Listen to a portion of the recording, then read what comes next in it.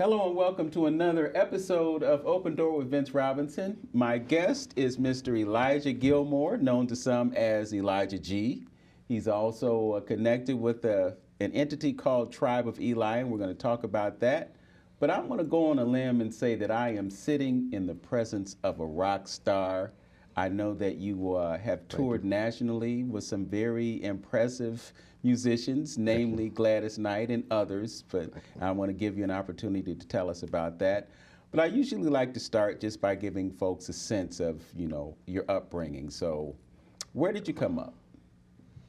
Okay, I grew up in the Woodland, Buckeye area, not too far from Shaker Square. Okay. So A native family of Clevelander. 5. I have a brother and a sister. We're all a year apart. Dr. Thomas Gilmore and Dr. Dianthea Gilmore. Okay. So that gives you quite a pedigree. And what I know about you is that you are basically a master percussionist. So you don't just play drums you play hand drums, you play the drum set, drum kit, and all that. What sparked your interest in percussion? That's a great question. Just as a child, the drums have naturally caught my attention out of all the instruments. When I listen to music, the beat catches my heart the most. And I like all instruments, but the drums always had a special place in my heart. Mm-hmm. Was there someone that inspired you to pick up drums and someone that perhaps you followed as a way of connecting with that music? Yes, I grew up in church, and the drummer, his name was JR. He would always allow me to come up and tap on the drum set after church, and I would rip the handles of the fans and beat on the seats and try to mimic him. That was my first introduction to drums. Okay. Yeah. It's interesting, Elijah, that things that happen to us when we're small have an impact or an imprint, some describe it as, that keeps us coming or keeps us connected to whatever that thing was. So I'd have to imagine over a long period of time, your immersion in the drums led you to be as proficient as you are today. Absolutely. Also, my parents played a role in who I am today, too. They weren't professional musicians, but they kept music in the home. Everything from classical music to gospel music to jazz. My mother even told me when I was in her stomach that she would play music and she could feel me move around. So if we want to get deep with it, but I have to give them credit too. They brought me my first drum set. They saw that I was interested in music, and I'm very thankful for the support they've shown me over the years and love them very much. And I'm just so grateful to have those type of parents, because some people grow up not having the support or not even knowing their parents at all. Mm-hmm. I'd also have to imagine that your connection to drums was something that kept you out of trouble as a youngster. Oh, absolutely. Absolutely. Many of the kids around my neighborhood, they would tell me that they could hear me all the way up the street. And while everybody was outside playing, I would be in the basement or the attic practicing. And even some of the thugs or some of the kids who were not as fortunate to have the parents that I had, they could tell, and they would tell me, "Hey, Elijah, you got something there. Keep going." And to this day, if I go back to the neighborhoods, they kind of get teary-eyed and say, "Well, he told you," But everybody wasn't as fortunate. Yeah. So I'm very grateful for the gift of music I could imagine that it could have went a different way. I could be dead. I could be locked up in jail. Just there's so many paths that may not allow me to experience the life that I've experienced. Mm-hmm. So, from what I know about you, you are definitely a student of music. Could you talk about your approach, your study, and where it has taken you in terms of your understanding that allows you to benefit other folks with your knowledge? Can you ask me that question one more time? I just want to get a sense of how you studied so that you know what you know, because you're into music therapy, you're also a master drummer, so there had to be some education involved unless it was all self-taught. But something tells me it was more than that. In the beginning, I learned music primarily by ear. Eventually, I auditioned to become a student at the Cleveland School of the Arts. And from there, I wound up getting a scholarship to study jazz at Tri-C. And from there, I studied at the Cleveland Settlement of Music. And then from there, I studied at Wilberforce University. So I do have some formal I do have education. And I was exposed to music theory.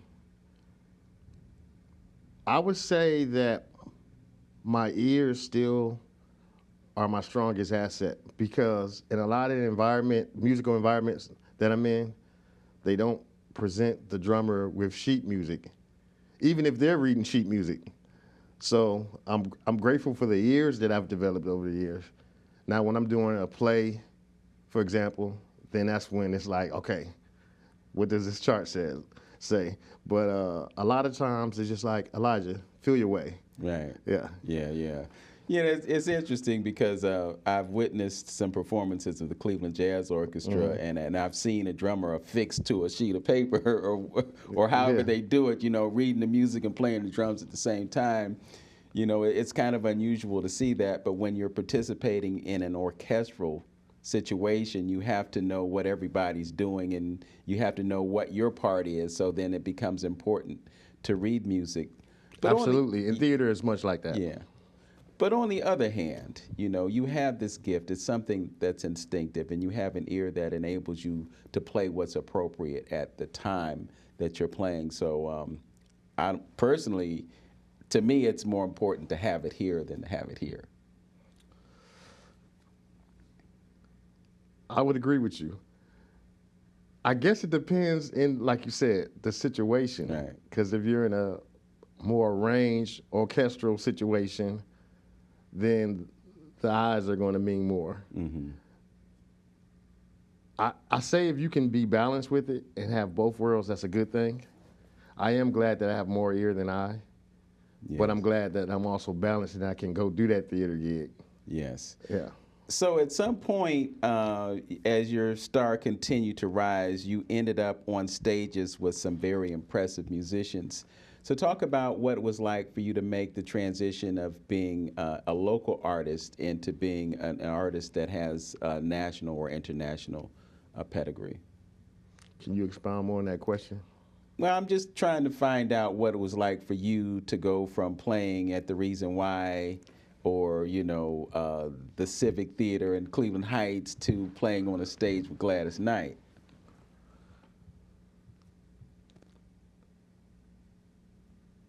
Are you asking me how I transitioned to that, or are you asking me the different experiences?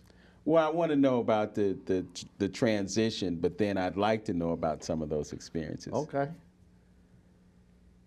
So in the music industry, your brand is built by you putting yourself out here.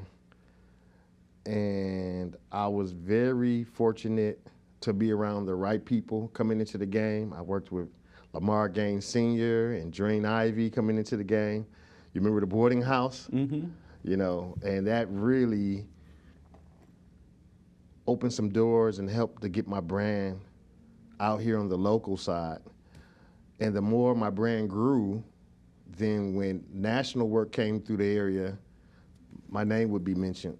For instance, I toured with Joe McBride for a good decade, was blessed to work with him, and that came from my name being circulated in the music industry in Cleveland.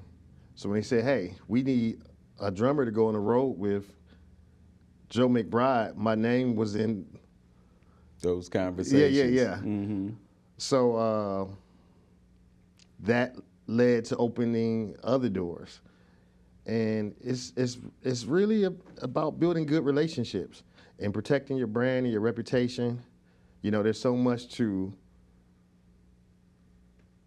your brand outside of the music, being professional, having a great attitude, you know, keeping in touch with people, you know, having equipment and transportation and the things that may seem simple, those small things make a huge difference in the callback and the referral.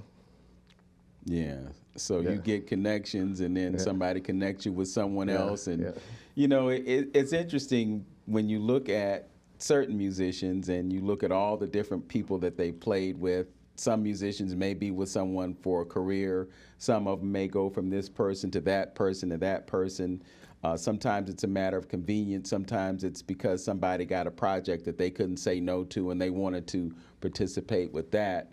But, you know, one of the things that impresses me about Cleveland is the depth of talent that we have here.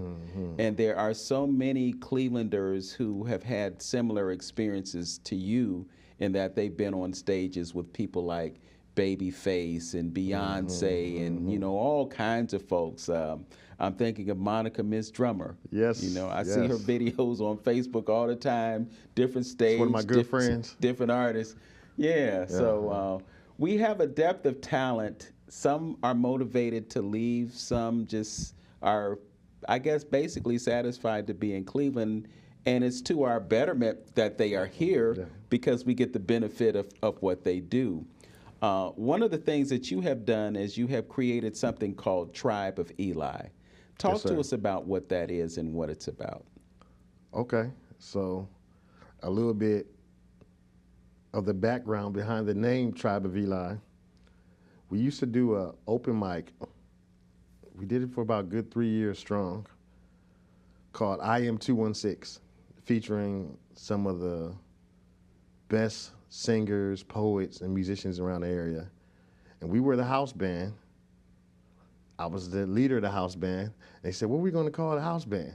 And they came up with Tribe of Eli. That's where that name came from. So I have interests outside of music, and a lot of times I think about how can we move our world forward, or move our human family forward to achieve world peace so that we don't self-destruct, because everybody has bombs. We all can push our bombs, and that's it. And I'm just sitting, talking to a few friends, and we thought about it. How could we get closer to world peace? And it sounds like something that's a dream that could never happen. But we know that many ideas in its inception seem radical, or you can't achieve that. So I believe whatever we think we can achieve and whatever we think we can't, either way, we're right. So if I'm going to go with we can achieve anything, then certainly we can achieve this. We have to think. Everything is a problem waiting to be solved. So after thinking long enough about it, I said, you know what? What are our issues? Our issues are us relating with each other. Why aren't they teaching us emotional intelligence from elementary to college like they teach us math and science? I thought about it long enough, said, I see. If we teach emotional intelligence in school, now I have to be self-aware. Now I have to figure out, why am I triggered by you being a different color, or being a different religion, or you being a woman, getting your bag? Why does that trigger me? You know, Now I have to try to understand that someone else who may have a different perspective or life than me and be able to respect them. These are things that are going to come with emotional intelligence, problem-solving skills. Maybe I don't want to solve the problem. So I can't teach emotional intelligence because that would get rid of sexism. That would eliminate racism. And I said, okay, maybe we can pass a law, which we're still working on, called the Heaven on Earth Act, which makes it mandatory that emotional intelligence is taught in school, from elementary to college, like math and science. And then we said, that might take a little while to pass that. So what can we do within our power to affect change now? And that's when we started the Tribe of Eli mentoring program. And we noticed that not only were we having a good impact with the children, the parents wanted to learn too. Then my manager was like, okay, Elijah, this is gonna have to be a movement. You're gonna have to start speaking out. You gotta finish a book to get the information out here.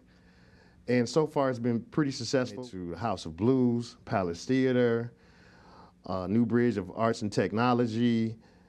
It's been a pretty successful program, and we've been fine-tuning and polishing things as we go. But I can say I'm grateful of the impact it's had so far on our community, and we want to push this thing on a worldwide level, because this is not just a Cleveland issue, even though Cleveland is in the top 5 cities for racism and sexism. So it's definitely great for Cleveland. And Cleveland's a great city. Let's clarify that I love my city, but there are some things we can work on.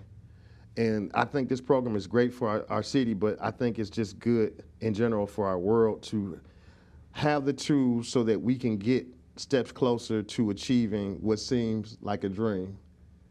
And that's that we can operate as one human family. Mm. Could you describe what a session might look like, or the program itself? How do you go about enhancing emotional intelligence or addressing emotional intelligence with what you bring with Tribe of Eli? That's a great question. So we have different games and exercises, like we may do, for instance, charades, and the person needs to guess what emotion that person is feeling, and what are some options that how could you respond to this particular situation? Then we also incorporate, which makes our program unique, drum therapy. And we've found this to be very good in the learning environment, not just to teach and for people to learn quicker, but to also be able to retain the information. Our program not only teaches emotional intelligence, we teach health and wellness, which is like diet and meditation. We teach environmental protection, and we also teach cultural diversity. Okay, that's quite a spectrum there of different issues, but there's connection. I was going to say, it all relates. Mm-hmm. In us taking care of our planet, that's self-love. We're taking care of ourselves. In us having the right diet and knowing how to use tools like meditation, we can be in the best mental space, and we can perform and be more productive. Mm-hmm. So with that said, talk to me about the power of music on the individual. What does it do to the brain? How does it benefit people to be connected with music? So that's also another good question, Vince. A lot of people may not know this, but music is one of the few things that we know of, at least right now, that actually stimulates the entire brain. Chess doesn't do this. Math doesn't do this. Learning another language doesn't do this. Music is the only thing we know that if you were to listen to some music right now, your entire brain would be stimulated.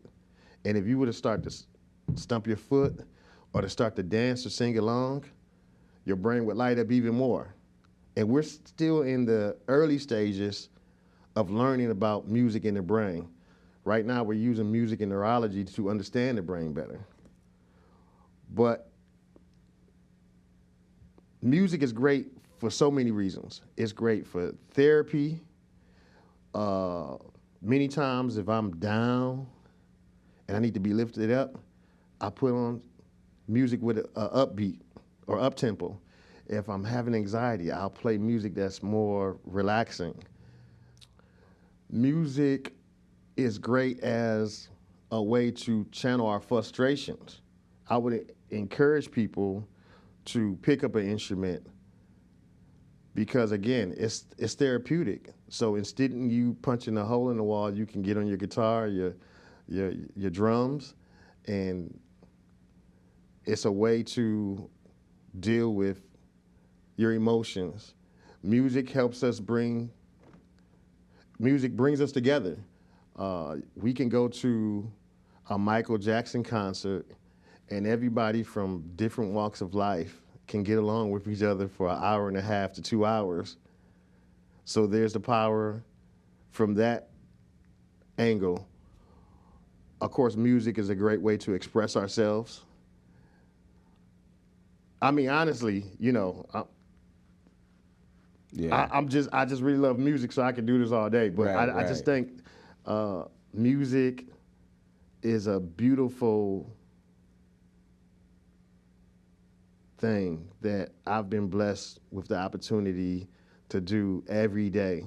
But again, if you would talk to maybe a carpenter, they would tell you through their eyes how everything's connected to the carpentry. There you go. And, yeah. But I'm just remembering, I heard Leonard Bernstein at Cleveland State University way back in the 80s, and he was just talking about how there are 3 ways that you can access heaven. Mm. And he said sex was one. He said religion was another one. Tantra sex? Possibly. Okay. But then the third thing that he said was music. We have just a couple of moments left, and I would be remiss if I didn't ask you, who are your top 5 favorite drummers? Got to throw Tony Williams in there. Vinny Colaiuta. Okay. Herbie's drummer. Oh, yeah. Yeah. Dennis Chambers.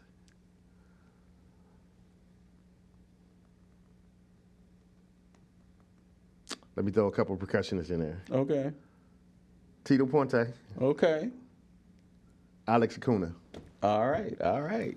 Okay. So we didn't hear Roy Haynes. Listen, I only have 5 spots. I mean, I want to throw Pancho Sanchez. I mean, we have 5 spots. Yeah. Well, I read your bio online, and it mentioned that you were, I think the term was classical jazz artist. And I know that you have a great desire to stay true to who you are, but I also know that you are very fond of Afrobeats, and you do events that are dedicated to that. Quickly, tell folks how they can hear you play Afrobeats. Okay, you can follow me on iHeartRadio as Elijah Gilmore. You can follow me on Pandora Radio, Apple Music, Spotify, YouTube, just any major platform you can follow me under Elijah Gilmore. I do have a new album coming out called Manifestation, which is an Afrobeat jazz album. We don't have an exact date yet, but that will be released this year in 2024. Okay. Yes.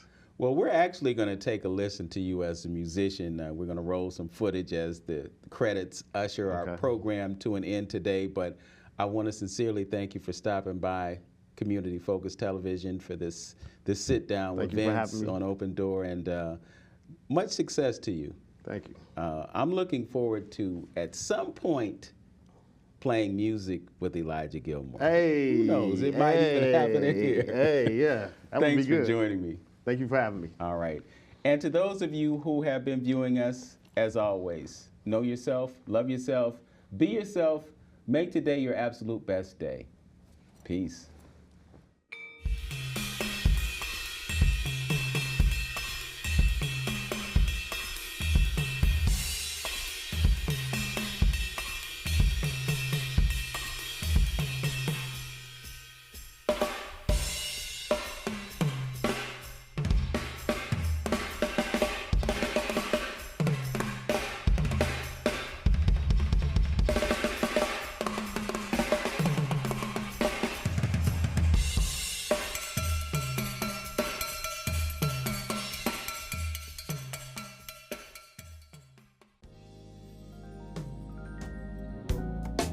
looking in my mirror